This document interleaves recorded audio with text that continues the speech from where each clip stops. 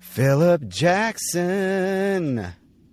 What's up, dude? Sing it, K-Man. Yeah, Phillip Jackson. Come on. What's up, dude? There's let me quit a couple of these apps because its problem is when you're not doing the like video upload piece on Riverside, then everything works fine, and now it's like trying to upload as we're speaking, and it's like freaking everything out. Oh, you know what I mean? Gotcha. I have had a few people tell me that like my video for them got pixelated or whatever, but and I've had that happen where the guest video got pixelated, but Riverside handles it like a friggin' champ, and the quality. It's super good. Yeah. Yeah. It's super good. It's amazing. Dude, so what is this? Is this a Mage Talk? Is this a Kalen's Corner? Is it? I like Kalen's Corner. It's so dope. The branding looks great. The concept is really fun. Thanks, man. I love that you're including Olivia in it. That's kind of fun. Yeah. It looks great, dude. Thanks, man. Just been having fun with it and stuff, and So if talking Magento stuff on Kalen's Corner puts you in a box, then happy to make it a Mage Talk. But if it helps drive people to discover Kalen's Corner, then let's do it as a KK. Okay, it's all good. Okay. Kalen's Corner was a reference to Aaron's tweet saying, "Why don't you have a Kalen's Corner on Future Commerce?" And then I was like, okay. Is there a Kalen's Corner? I was like, that. What is the name of your safe. of your new podcast then? The Podcast. If that's not the name of your podcast. The Podcast. Is it called the Podcast? Yes. Wow. That was a. I love it. No, I listen to a bunch of high concept podcasts. The one that I think surprises everybody is there's a George Lucas pod. Have you heard of the George Lucas show? No. It's a high concept podcast where someone pretends it's a comedian who pretends to be George Lucas hosting a fictional late night show, and so his like co-host is Watto from episode 1 of so like an in-universe character who is like the slave owner of Anakin and his mother in episode 1 of Star Wars. And so I remember that guy. Super ugly, like gremlin type dude. Yeah. And he's like, he flies with these tiny little wings, and he has like an elephant trunk. Inexplicably, he's also purple. Yeah. That guy. Yeah. There's a guy who pretends to be Watto, and they kind of dress up like George Lucas and Watto as if the two of them were hosting a late night show. It is a high concept show. So I think if the world can sustain one of those shows, Podcast has to be a sustainable podcast concept. It's got to be possible. Actually, it's got to be possible. Initially, Willem replied to a tweet, and he gave me that name, and I had no idea what it meant at first. I was like, I don't get it. Is this a pirate? Is this a play on like R? And then I was like, let's do it, man. But it's in your car. What does a high concept podcast mean? What is that? I feel like when I talk to you about media and e-commerce and anything, I feel like I'm talking to Elon Musk about how to create rockets. Like, no, you're so high far concept beyond me. High concept really means that you have a really like well-defined, clever hook for the reason why something should exist, right? And whether that's your show format is is novel in and of itself. That is a concept of a show. A good example would be Mystery Science Theater 3000. You remember that show from Comedy Central? Yeah, you remember vaguely. The name sounds very familiar, but I don't think I ever watched it. So Mystery Science Theater 3000, which most people abbreviate as MST3K, is a good example of a high concept television show. The idea is we want to be able to run reruns of these otherwise, really crappy B movies that we can afford because nobody really wants to watch these shows, right? And some of them are so old, they're black and white, they're like basically in the public domain. So we want late night programming that we can run advertising against that's pretty cheap to produce. But how do we do that in a way that makes people interested in it? Well, here's the fun thing. What if we pretend that these are, you know, two fictional, like handmade puppet robots that are in space with a human who their whole job is to watch these shows and they're forced to watch these movies, these old movies. And what if those people are really funny and they kind of just make fun of the show and the movie the whole time? Right. That's the concept. In reality, nobody would ever watch these movies ever, right? Yeah, but in the practice is like the concept of being forced to watch this movie and make fun of it along the way is a clever way of pulling off what is effectively just running B movies in the overnights. Okay. And it became a cult classic, MST3K. And you see a lot of that happening now in podcasting. There's a lot of people, there's a podcast that exists, called, the Swapcast, which is basically a video. It's a video review podcast where they only cover, they only watch movies or TV shows wherein a body swap has taken place. So Freaky Friday is, you know, the seminal work in that space, but there's like episodes of CSI and there's episodes of JAG. You know, there's like all these, like, there's like a never ending treasure trove of movies and TV shows wherein people have swapped bodies. Right.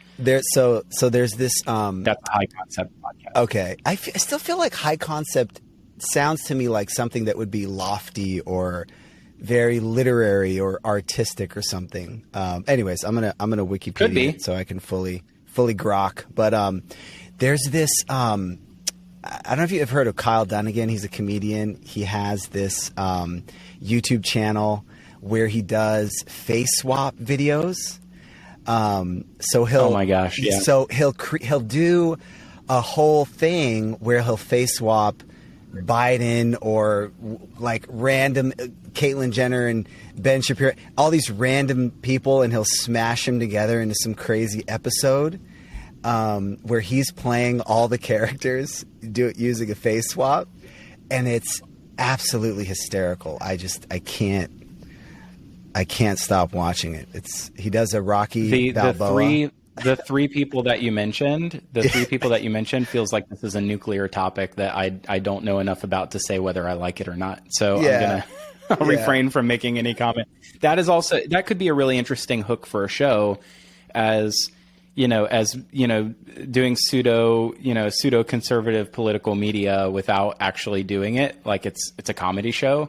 Right. And the hook is, I'm injecting the comedy by using face swap. Of course, that was a skit that was a recurring skit on Late Night with Conan O'Brien, 2 decades ago.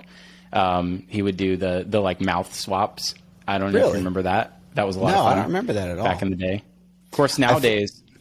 I feel like by I the just way, lost this your is a video. Total non sequitur. It looks like I lost your video, unless it's just no, my video's locally. on. Okay, cool. All right, I'm sure it'll pop back in. It's probably just recording locally, nice and beautifully as it does. I'm sitting as still as I possibly can. Maybe that's the problem. I've gone into mannequin mode. Well, it's not like stalled. It's just like black, like as if there's no signal at all. Oh, I haven't seen that. Oh, I've seen it, let's like, just assume. Stall out. Let's proceed assuming that it's working just fine. Yeah. I don't know. Yeah, let's do that. But so the Conan, skit.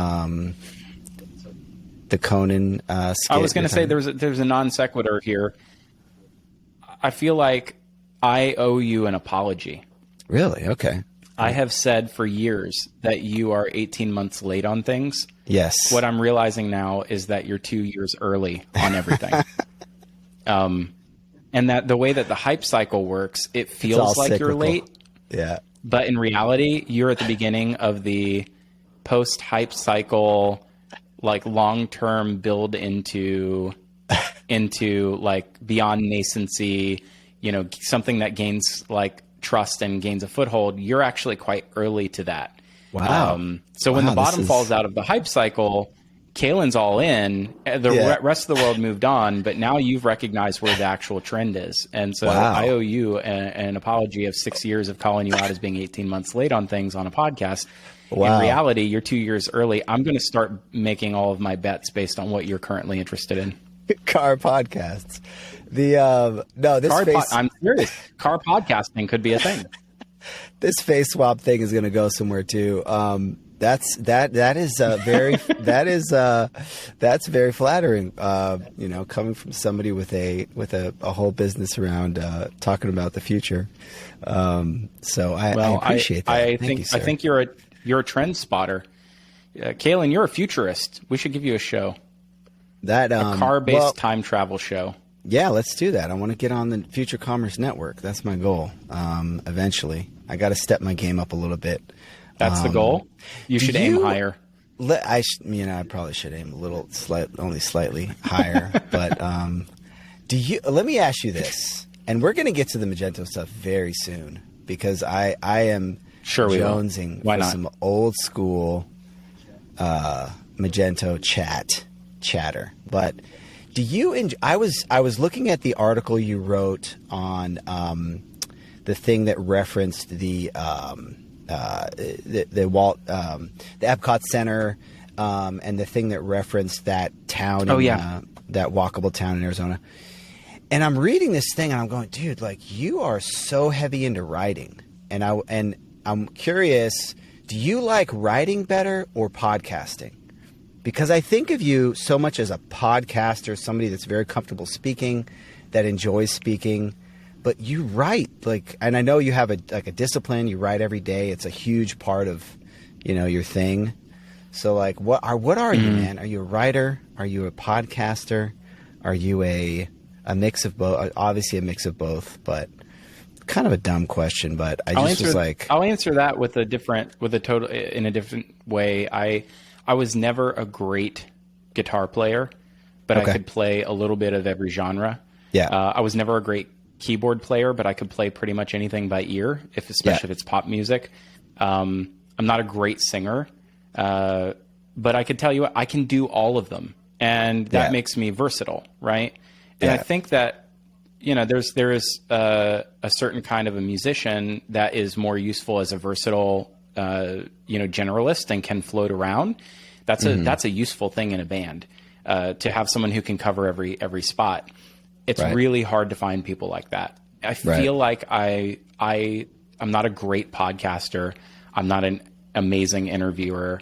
I'm not a great writer. The fact that I can do all of them and understand what the tropes are in each of the genres, like understanding what it takes to have something passable in each of the mediums, gives me a little bit of a different edge than anyone else. I know some great writers who are terrible podcasters, horrible speakers. They have no stage presence. I'm passable at best at all of these things, but I think it's the combination of all of them that and my interest in all of them that makes me a little different. I don't know that I would say I'm a writer so much as there is a certain kind of an audience that will never listen to a podcast, and I want to be in front of them. So it's a means to an end.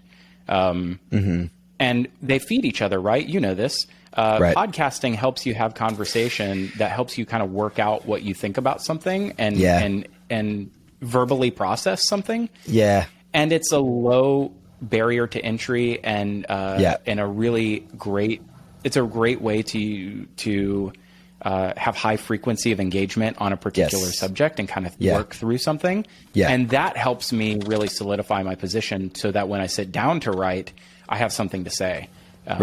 So I think that they work together. Yeah. That's interesting. I've been noticing recently that a lot of times I'm generating ideas from talking to people, and even if the information isn't entirely novel of what we happen to be talking about, just the level of engagement will spark something, and then I'll chase something down a rabbit hole, and I don't do a lot of writing. I actually tried, and you were part of the inspiration for this. Is I was like, man, I gotta, and because it's one of those things you hear a lot is, hey, write every day. It'll help a lot of things. And I tried to sit down and write, and it it just didn't happen. So if I get some inspiration, I'll do it. A little bit of a mini post or something like that.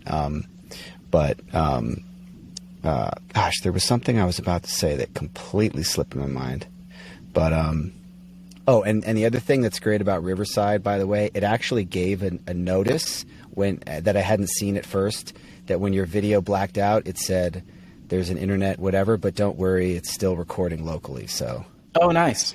That's pretty cool. Riverside is an amazing platform. All of these platforms have gotten very, very good at creating, like making content creation really easy. I don't know if you remember what it was like when we first started. I mean, we were, installing random plugins in Skype, and that wasn't working. So we wound up recording painful. Double enders and having to produce that, manually. Yeah. Yeah, it was rough. The clapping, no clapping. We haven't done any clapping. We don't have to clap anymore. We haven't clapped in so long. I mean, we could just clap for the fun of it if we wanted to. I remember what I was going to say, which was I heard Tim Ferriss' podcast yesterday with a guest named Annie Lamott, who I didn't know of. She's a fiction writer. She wrote a book called Bird by Bird, which apparently is really popular among writers. And anyways, it was I really enjoyed it. They talked about everything from writing to addiction issues to anxiety and just a whole bunch of stuff. But what I noticed listening to her, and because I listen to a ton of podcasts, but her being a writer, she would have so many things she would say, and none of the phrases are really popping to mind, but over and over I would hear a turn of phrase that was so like crystallized and beautiful and like rhythmic, that I think that's one of those things you get from writing, is the ability to crystallize an idea, say something concisely, say something really beautifully versus, a more of a conversational kind of a tone. But I was listening to this thing and I just kept going like, this is such a cool podcast. And it was really sticking out to me how beautifully she spoke. It was great. It was a good pod. That's such an important point. Actually, there's something that happens when you have a high frequency of content output on a podcast. I think just having said something might spark an idea, but I don't know how, like, the half-life of that feels shorter than having committed to prose, right? Having written something down, there's an act of having written something down and having it searchable later on. And, watching this evolution of an idea or a thought that, I don't know. I think there's it's like object permanence, but for abstract ideas. I'm not so familiar with Annie Lamott, but I believe that just my own act of daily writing. I have to write a newsletter in a few hours time, and I've been musing for a week on what it is I'm going to say. And sometimes that comes at the last second. Sometimes I know exactly what it is on a Monday. But the fact of having to write, two big pieces a week, keeps me in the habit, and I don't have enough discipline. I don't have enough discipline just to do it for, my own personal self-enjoyment. I have to contractually obligate myself to have to write. Right. Finding sponsors. That's the world I live in. Yeah. So I find ways to sort of trick my brain into having to participate in something that I know is otherwise very good for me. Right. Right. And I think we all have to find ways to trick ourselves into doing things. That's something I've been thinking about a lot lately. For me, I've been doing a lot of podcasts lately, and that's a kind of one of those types of deals where I'm kind of tricking myself to do it. I think also I just, the connection is something I enjoy, since I work, solo and don't have that much human contact. So it's just like, you're so well adjusted for not having any human contact. I know. I try. So says two former homeschooled kids. I guess. Man, really funny, actually. Do you have the shed anymore? So I have the shed, but we're gonna tear it down. It's a bit of an eyesore. It's a massive eyesore, and we've been doing some landscaping, so we want to spruce up the backyard. And it was cool. It was a cool project, but I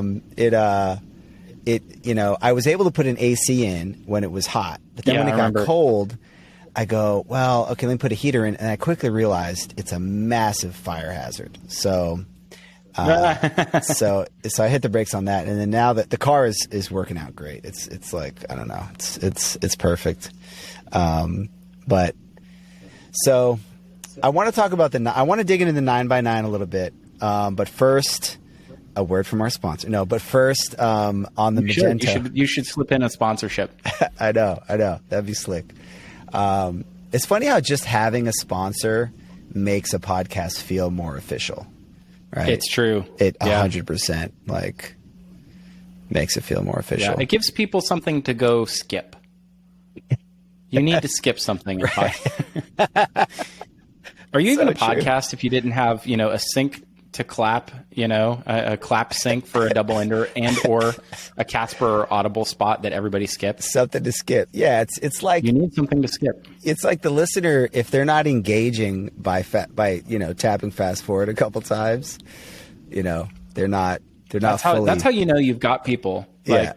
People see that as a drawback. By the way, I'm always surprised when I look at timeline of engagement in Apple Podcasts or in Google or in Simplecast or wherever it is I'm looking at analytics. Mm-hmm. Very, very, like the majority of people listen straight through ads. And I don't know if that's because people are passively listening while they do other things, and it's like too much work for them to go and skip around. Mm-hmm. But I find it fascinating.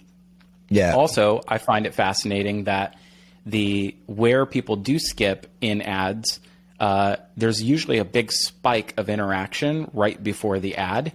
And I have the theory is that people shuttle past the ad, and then they're like, oh shoot, and they missed wherever it came back in, and then they jog back, and then they're like, oh shoot, I'm still in the ad, and then they shuttle forward, and they're like, oh, I missed it again, so they just go back and they listen through the ad. And that's okay. It's a really fun, and it's a behavior I've noticed in myself is like in an hour-long podcast, and you've got a millimeter to skip through 3 to 5 minutes. It's really hard to do. Yeah. So might as well just suffer through 3 to 4 minutes of ads. What I do, like for example, the Tim Ferriss pod, when I'm listening in the beginning, and there's the ads in the beginning, and then he does an intro as well.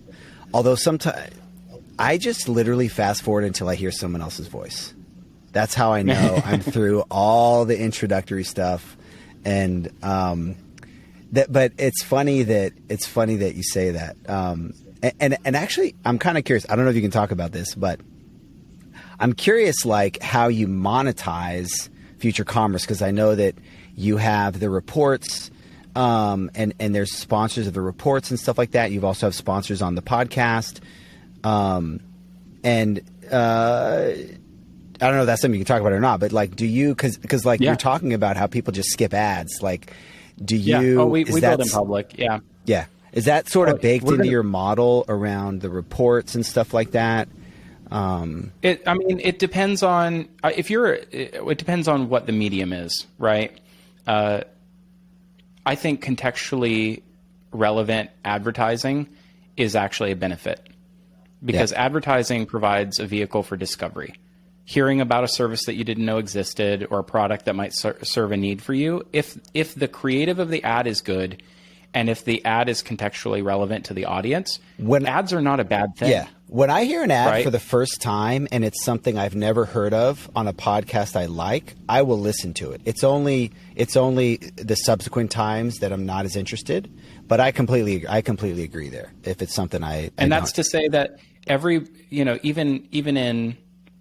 at a massive scale, let's say it's Audible or Casper, right? Audible or Casper, were these big affiliate advertising behemoths. They spend a ton of money on acquisition for the longest time. A lot of that is really just brand building, right? So it's not direct response where you have to go buy an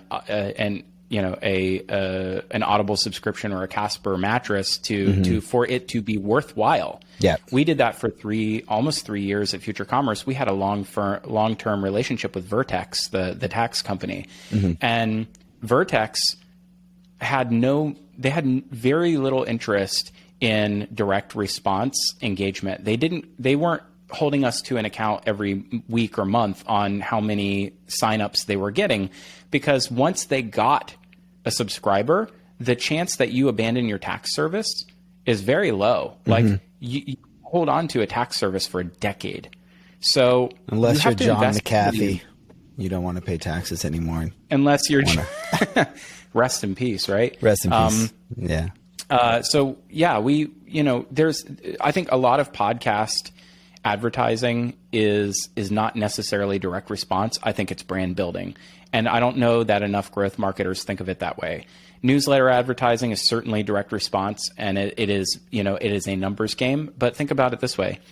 If you are a growth marketer working at a SaaS tech company, you're not putting all your eggs in one basket. You're actually kind of a venture capitalist. So the way that you spend money is to hedge your bets on a number of properties, hoping that one of them pays off in spades for the total of the campaign. And so you aren't looking for a direct return on every single every ad buy that you buy. What you're looking for is an aggregate return over a long time horizon that you have an outlier that justifies the spend. And so ad marketers or growth marketers who spend money on podcast and newsletter and on-site display ads aren't looking for a direct return on any one campaign. They're looking for a return on a series of campaigns over a period of time. And so that's how we monetize, is not saying that we've delivered X amount of marketing qualified leads this month. It's saying that we've delivered on some form of engagement plus MQL over a longer period of time.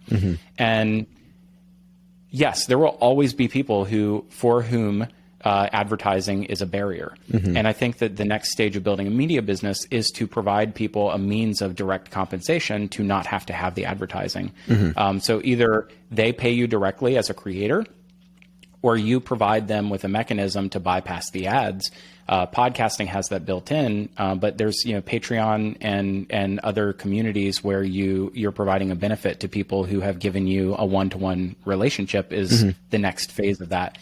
I honestly think that retail in particular and e-commerce are actually have such small digital penetration as far as media goes. Like, how many people sit around and listen to e-commerce podcasts all day?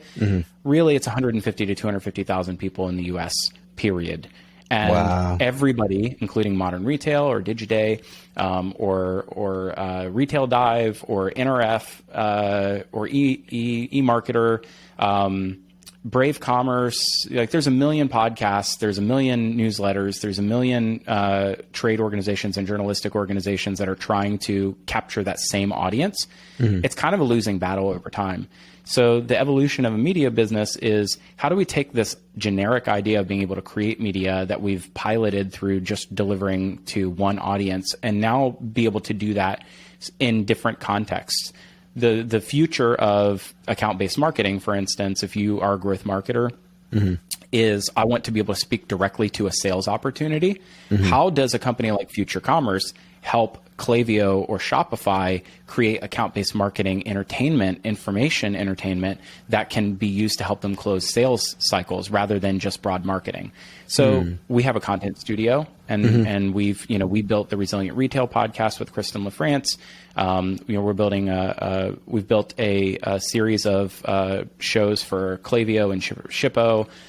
So that is the other things that we're doing. So how do we make money? It's in a bunch of different ways. It's not just advertising. It is also, to some degree, a turnkey service for helping brands that don't want to be a media company to become a media company. That's interesting. That's cool. Yeah, I don't know if any of that made sense, but that's sort of the rant. That does make sense. I mean, now I'm sort of curious what the mix is and all that kind of stuff. But you know how I am, man. The mix is, if you want to have a scalable business, Yeah. and you want to take outside capital, which I think you might need for scale these days. We're bootstrapped. But if you want to take outside capital, what you can't do is too heavily weight your overall revenue in the services component, right? Yeah. It has to max out at like 20%. I think you have 80% of revenue has to come from your core business, which is monetizing an audience. Right. And if you can't do that, you don't really have a media business, right? You have you have an agency. Right. And that's where I think a lot of these companies are going to probably struggle, especially a bunch of these like agencies turned podcasts, agencies turned newsletter. They all at the end of the day are trying to drive like agency business. They're trying to drive service revenue. And I'm trying to avoid that like the plague. Yeah. I spent the last 9 years helping Something Digital and then Rightpoint do that. Yeah. I think that would be playing in someone else's sandbox where we're not an agency, and I don't want to be one. So. Yeah.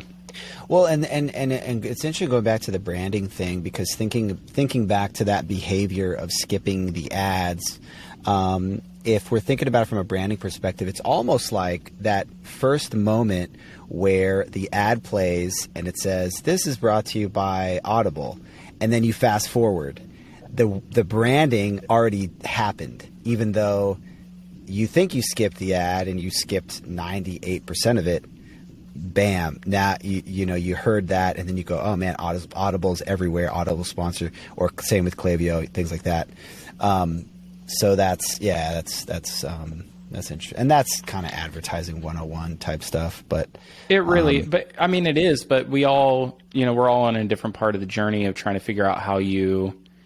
Listen, a lot of this is actually a modern work conversation, right? It's not about advertising, or it's like we're all independently rediscovering the same businesses that have existed for 200 years, right? You get there, we're all going in a different, we're going in a roundabout way to discover like fundamentals of how certain industries work over time. You get there accidentally. I certainly have. Newspapers of 100 years ago were doing the same thing that, I'm trying to do today, but, with newsletter and podcast. What I think is interesting is that the fact is modern work requires that you have, I guess requires is a chunky phrase, is doing a lot of heavy lifting there. Most people don't have one source of income in 2021, right? Most people, if you want to be a middle class and you want to be, and you want to ascend out of middle class, you're going to have 2 to 3 sources of income. Got a side hustle. Right. So where are those sources of income coming from? Right. Selling on Etsy. I think for a lot of, say again. Yeah. Maybe you're selling something on Etsy. Ton of people are doing that, whatever, Some people join multi-level marketing and sell leggings and essential oils. Right. Some people, there's a lot of ways that you can make different sources of income in 2021. When we're recording this, I think for you and me, we landed up on podcasting a decade ago, and I ran with that. That's one. You're going to monetize this thing that you're doing as a pastime eventually, because that's how we like to ruin all the things we love. Yeah. Is trying to make a living out of it. Right. And and that's that, right? Like I coded for fun before I coded as work, right? And I did thought leadership with air quotes. I was doing thought leadership for fun, and I was hanging out on Stack Overflow for fun before I did it professionally. Yeah. So yeah, that's you have to monetize these things that are passions in order to, I think, stay as part of the ascendancy of the middle class. If you're going to be middle class, you kind of need buku bucks to keep flowing in. And unfortunately, that's a hamster wheel that we're all stuck on right now. It's, content and influencer and affiliate, and it's kind of a never ending slog. I feel bad for my kids, honestly. I know it's, it feels like the middle class is kind of disappearing, and, and a lot of people in tech are doing fine. Right. But, because you're getting on the other side of the middle class. But yeah, it's I think, man, what kind of work, like 20, 30 years from now, with robotics, AI. Like, where's AI going to be 30 years? Where's self-driving car? Like, what is? And then if polarization continues and everything else, what kind of a crazy hellscape that'll be?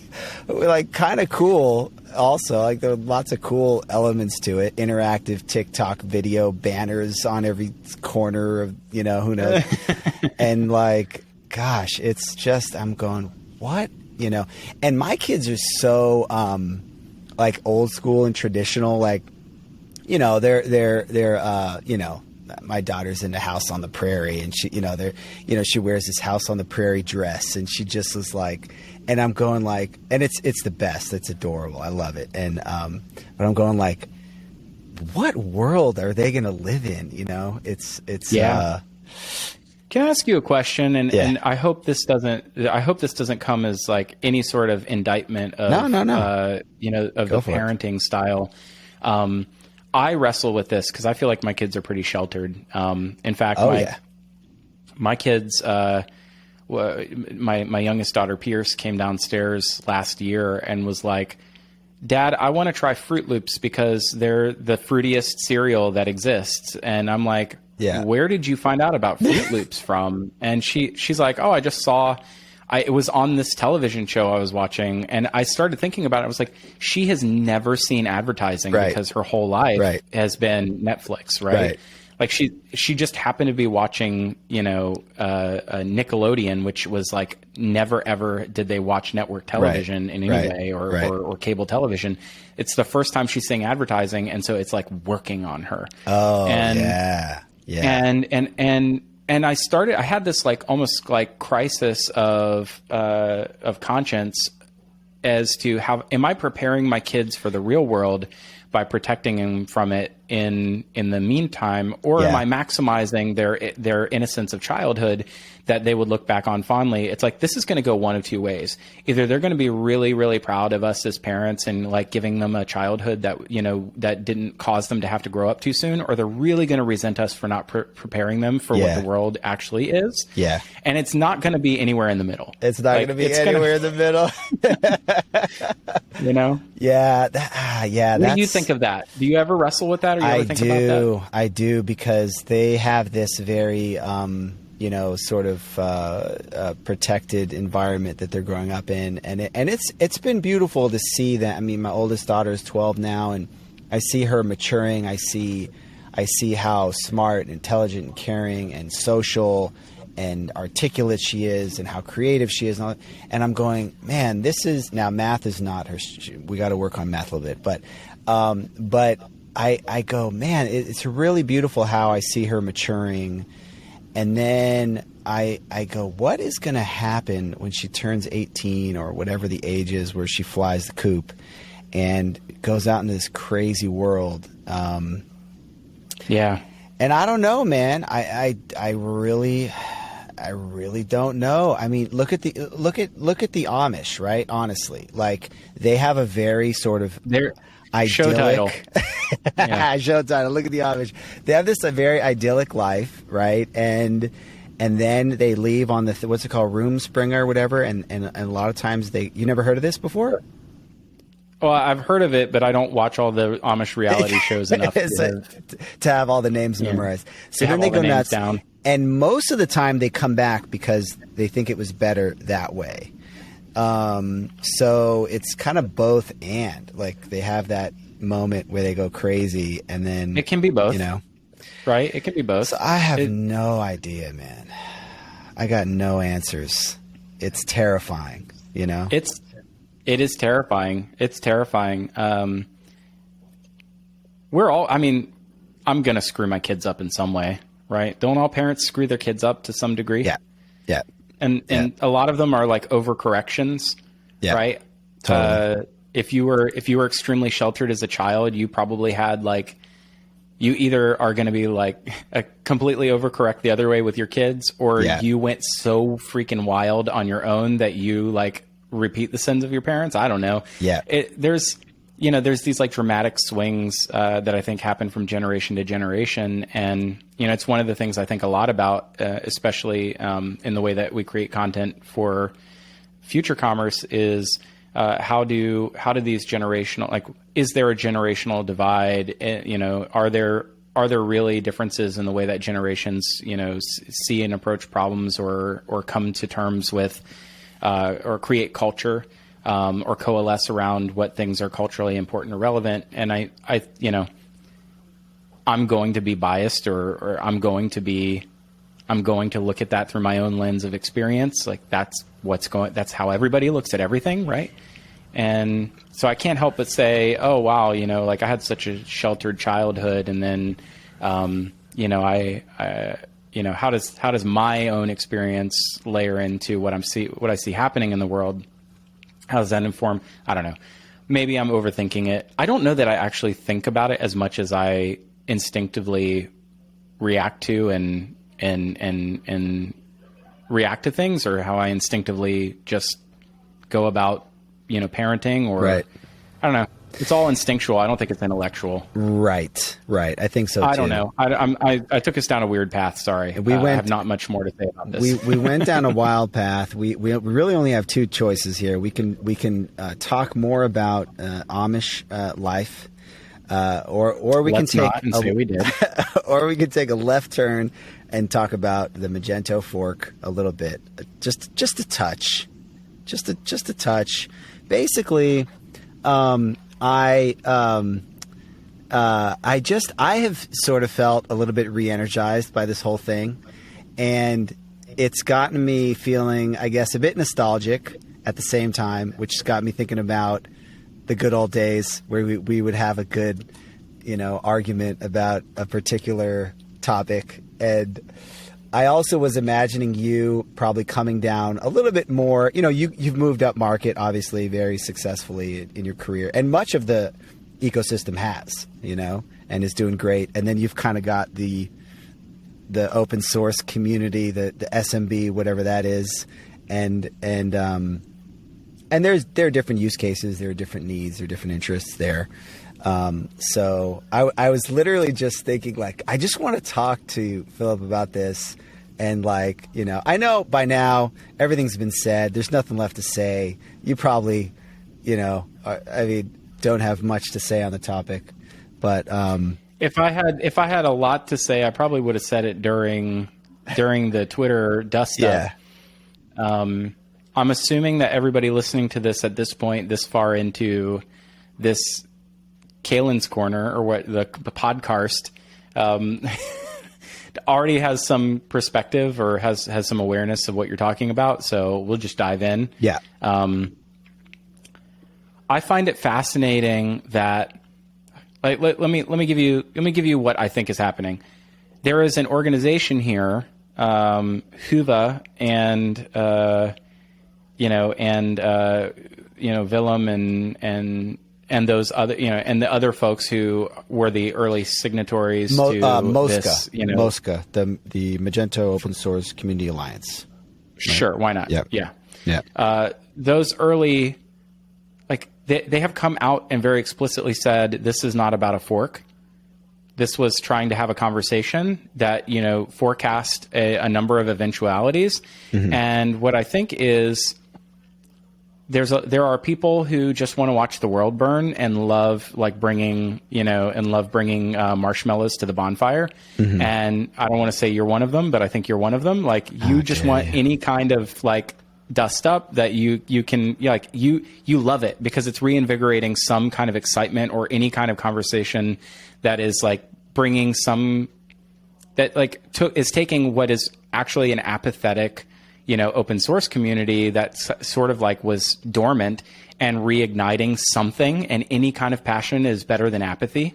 Mm-hmm. Like, I kind of think that's what's happening, is people cheering it on are the kind of people who just love to see, you know, some kind of excitement or controversy, even if it's good or bad. Like, it doesn't matter what it is. It's like there's a conversation happening. And in reality, I not to be pessimistic, I don't think that, and I'm happy for someone to clip this in a year or two's time and say I'm part of the problem and not part of the solution. I think the ship sailed on massive open source community investment in e-commerce platforms, period. I think it's gone. Because there are more exciting things in the world to work on, and there's more money to be had in AI and crypto. And that's, whether or not we want to say developers chase the money or not, you're chasing where the community is going and where the jobs are available. And that's where the capital is at the moment. It's in AI, machine learning, crypto, and those supportive technologies. And, and that's where the bulk of open source contribution is going to be at this moment in time. And if you are not in those areas, like, you are probably an old guy in the space, and you're a curmudgeon, and you're a little crusty, and you're clamoring for the old days again. But the old days are gone, dude. They're gone. They're not coming back.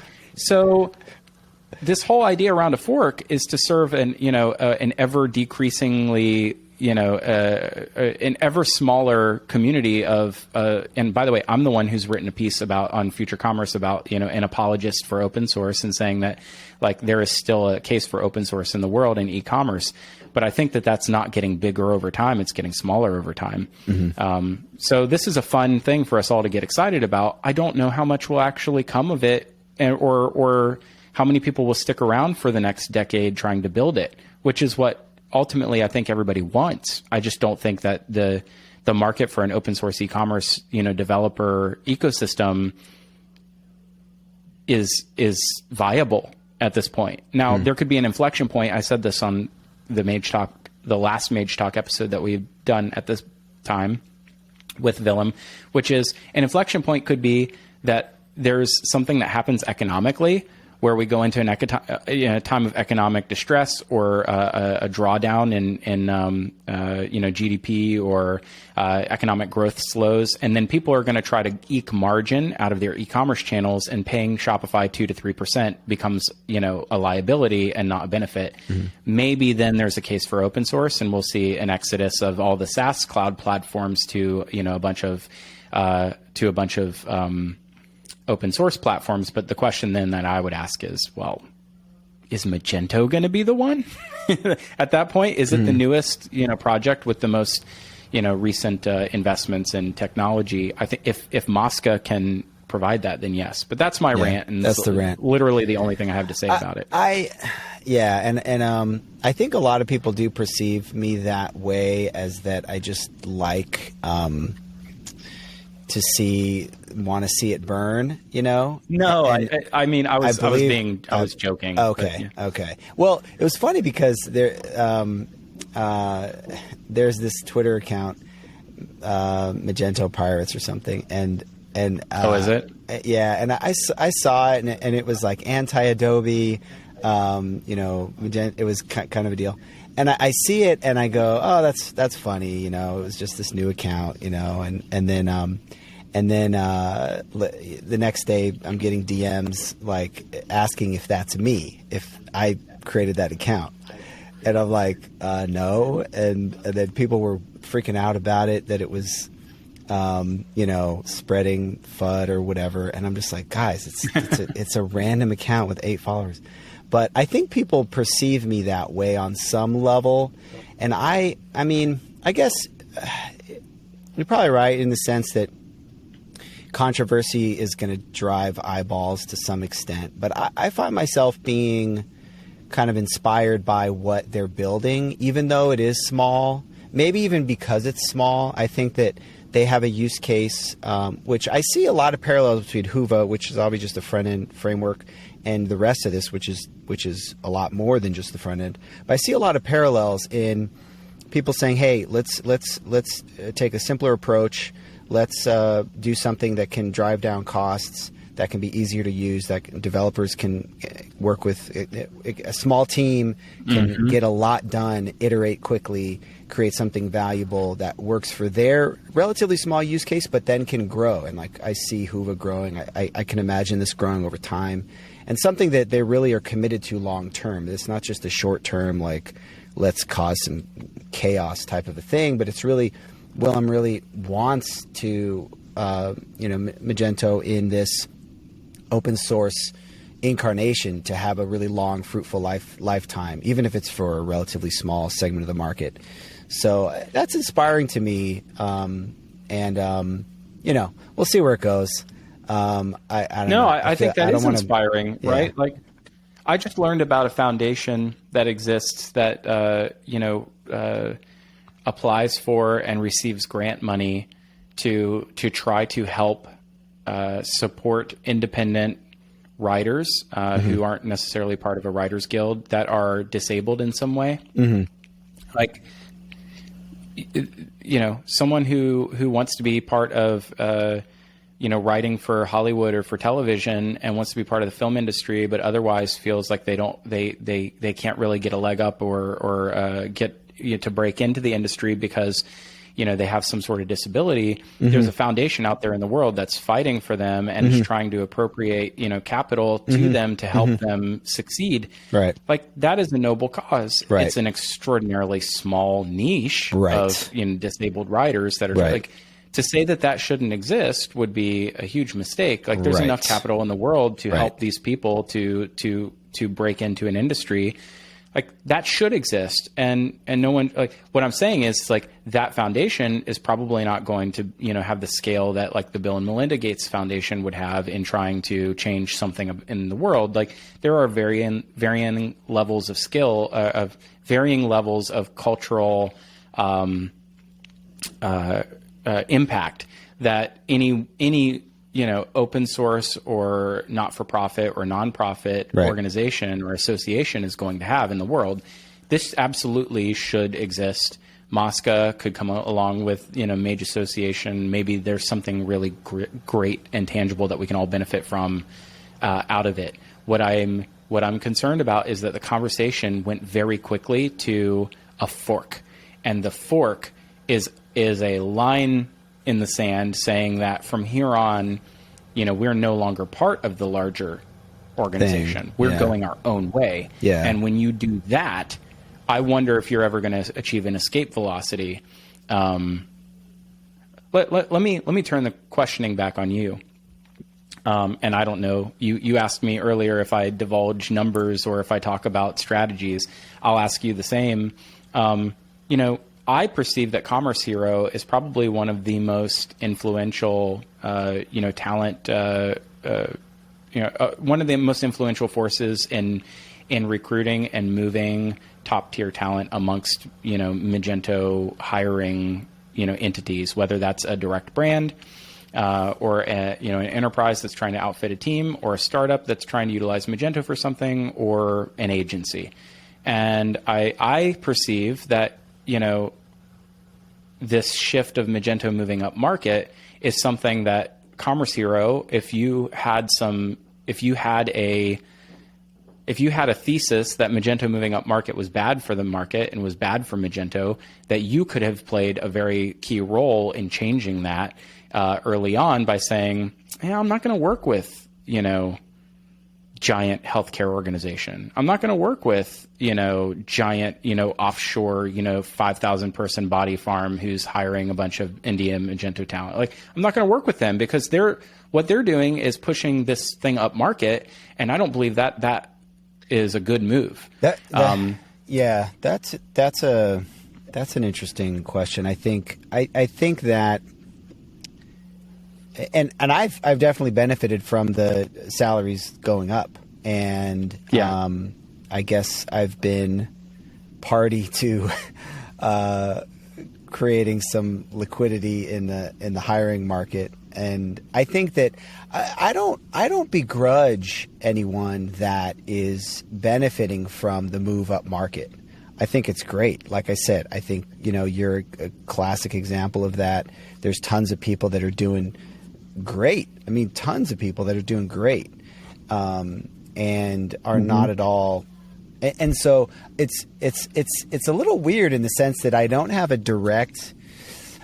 I guess if I that's an interesting point you're raising. If I really wanted things to stay more grassroots, right, less enterprisey, maybe I could have somehow try to go exerted in that direction. Some sort of exerted. I don't see myself really as exerting. I just see myself as like, hey, somebody says I need X, and I go, I know X. I don't.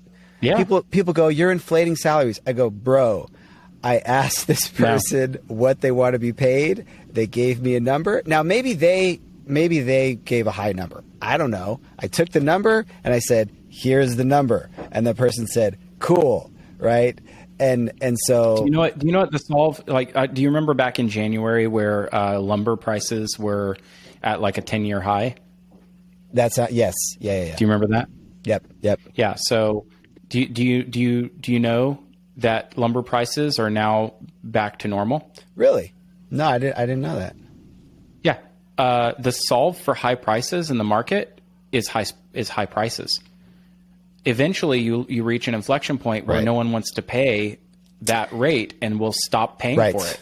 Right. So there's a market demand for a developer that has a Magento talent at a certain rate, and they're willing to, the market will withstand paying for that. I'll give you an example. Right? I mean, I had gotten quite a few people in Latin America jobs with U.S. companies, and they would be somewhere in the 60,000, 70, 80,000, Latin America, Eastern Europe, and then they're getting into 100, and now some of them are 120. But I was talking to somebody recently, at two agencies recently, that are they're paying reasonable market rates, and they're like, we're not going to do 120. We're just not. Like, they were like 100 we could do. Which, listen, that's a lot of money for a lot of places in Latin America, and so it was almost like they hit that limit, and they're just, both of them were like, we're not going to do that. So that's true. Yeah. So you're seeing that play out. You're seeing that play out in real time. The point that I'm trying to get to, or the point I'm going to make here, is there's the reason that prices can continue to surge upward is because of relative the amount of demand relative to the amount of supply in talent. If you have no supply and you have a growing demand, the prices will go up. Right? This is Adam Smith basic laws of economics. It's basic 101 stuff.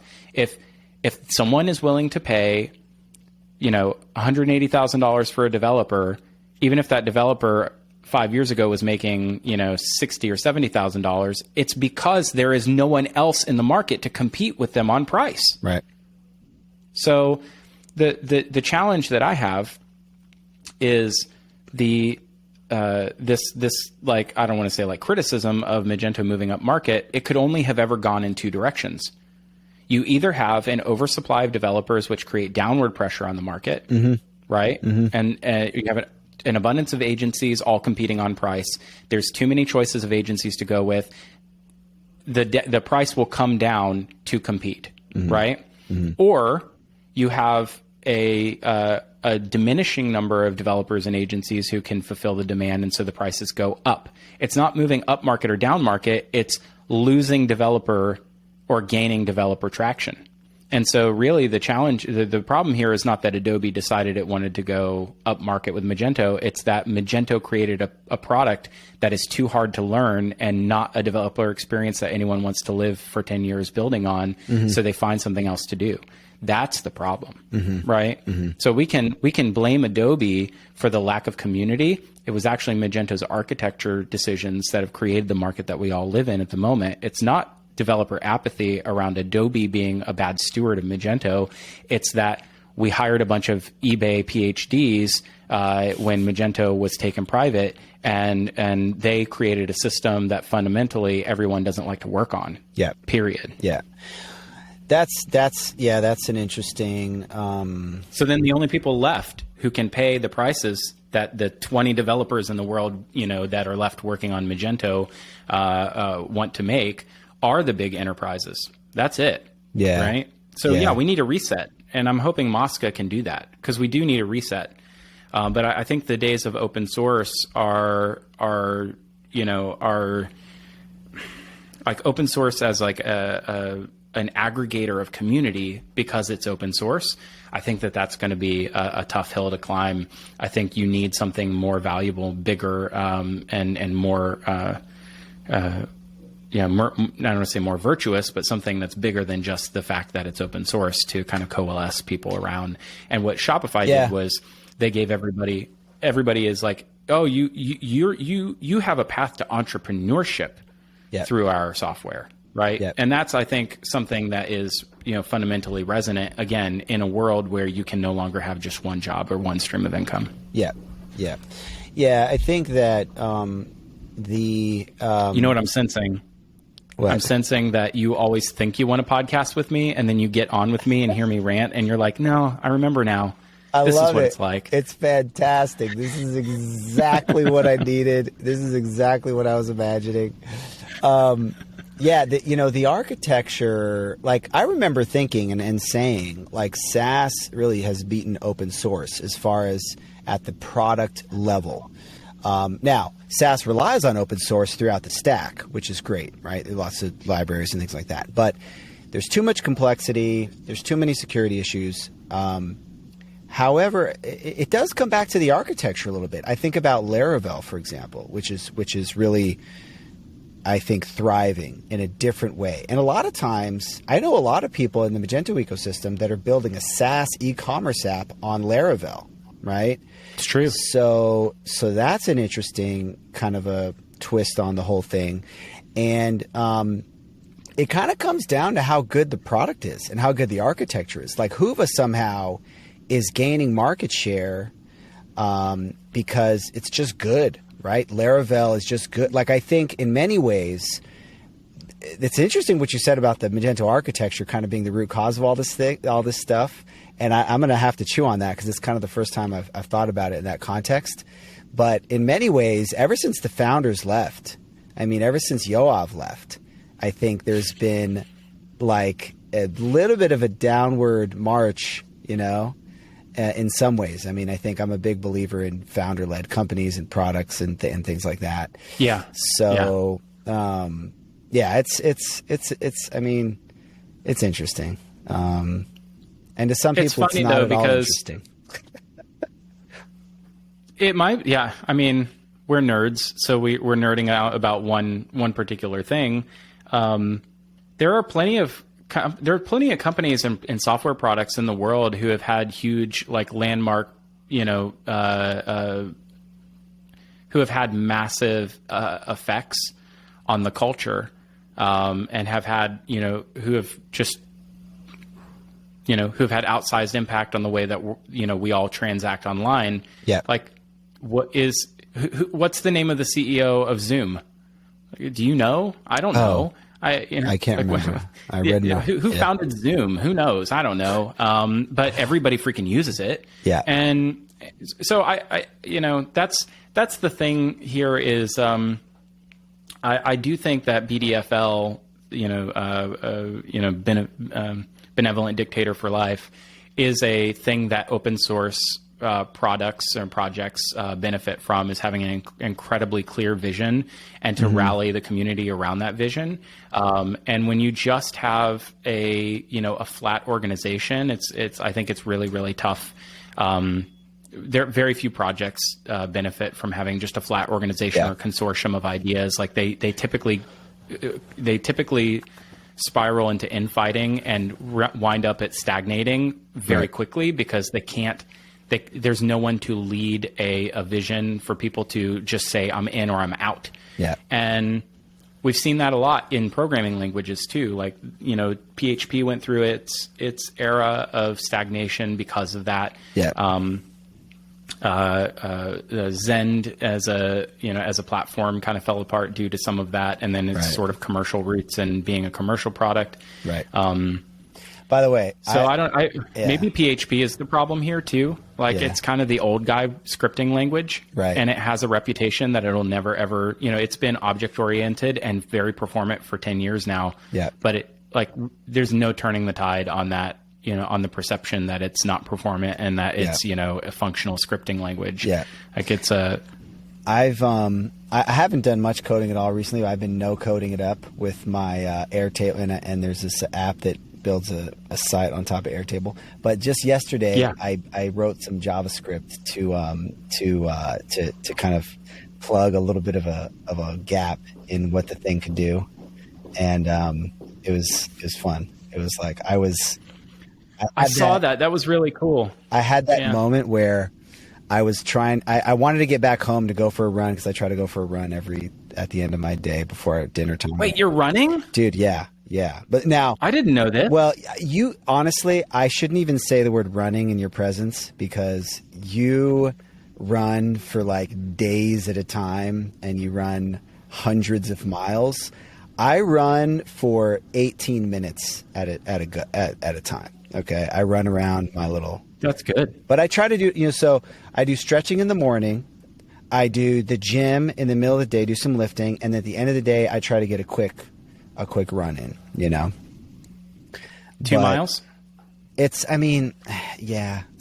probably a mile or two. My ankle still flares up on me, even though I've lost quite a bit of weight. But it does get better. It just very gradually gets better over time. And I'm getting, to where I'll do that more often and stuff. And I feel a little bit stronger every day, every week. And, it's great, man. I finally got to the point where, you see those steady improvements in your health and in your strength. And then you're just like, let's, you just want to keep seeing that progress, whereas in the beginning it's just such a slog and it doesn't feel like you're making any progress. And so yeah, dude, it's just grinding away, dude. But I had what were you gonna say? No, I was gonna say that's really awesome, man. Yeah, you're looking pretty shredded. Thanks, man.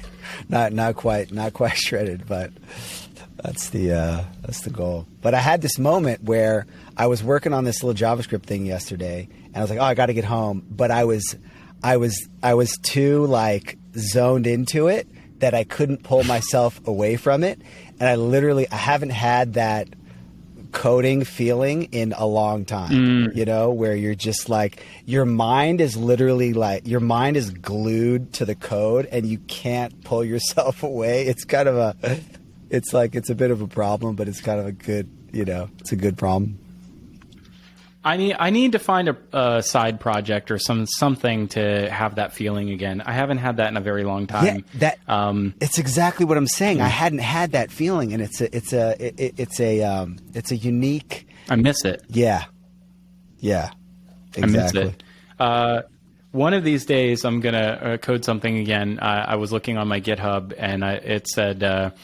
It was all white, and it said, this user hasn't had any code activity in over 365 days. And I thought to myself, achievement unlocked. I'm going to have to put one green square on there eventually. Yeah. Exactly. Yeah.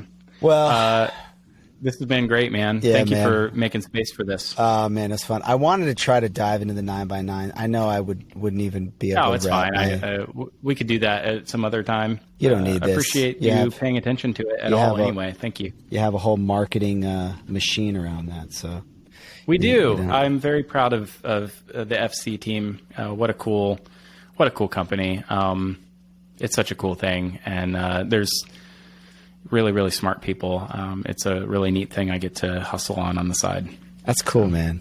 It's really cool to see you guys doing so well and making a mark, in the world, in the internet. All right, man. Any last things to add here before we wrap it up? All right. No, thanks. Thank you. Keep inspiring people. Keep inspiring. Keep doing what you're doing. We love to see it. Thanks, sir. Well, thanks everybody for listening, and we'll see you sometime soon.